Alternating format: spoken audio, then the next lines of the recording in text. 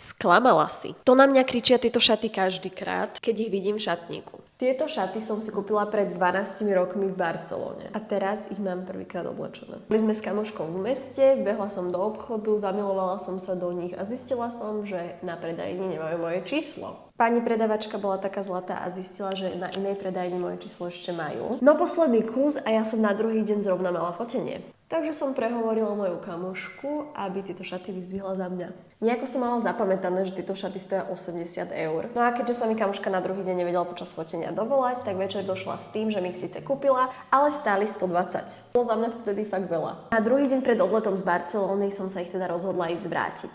Lenže po príchode na predajňu som zistila, že otvárajú až o 12. To by som teda zmeškala svoj let. A tak som si povedala, že dobre 40 eur, aspoň mám šaty, ktoré milujem. Lenže keďže to bol jeden z najdrahších kuskov v mojom šatníku, začal som si ich šetriť na špeciálnu príležitosť. Celé video môžeš dopozerať na mojom Instagrame.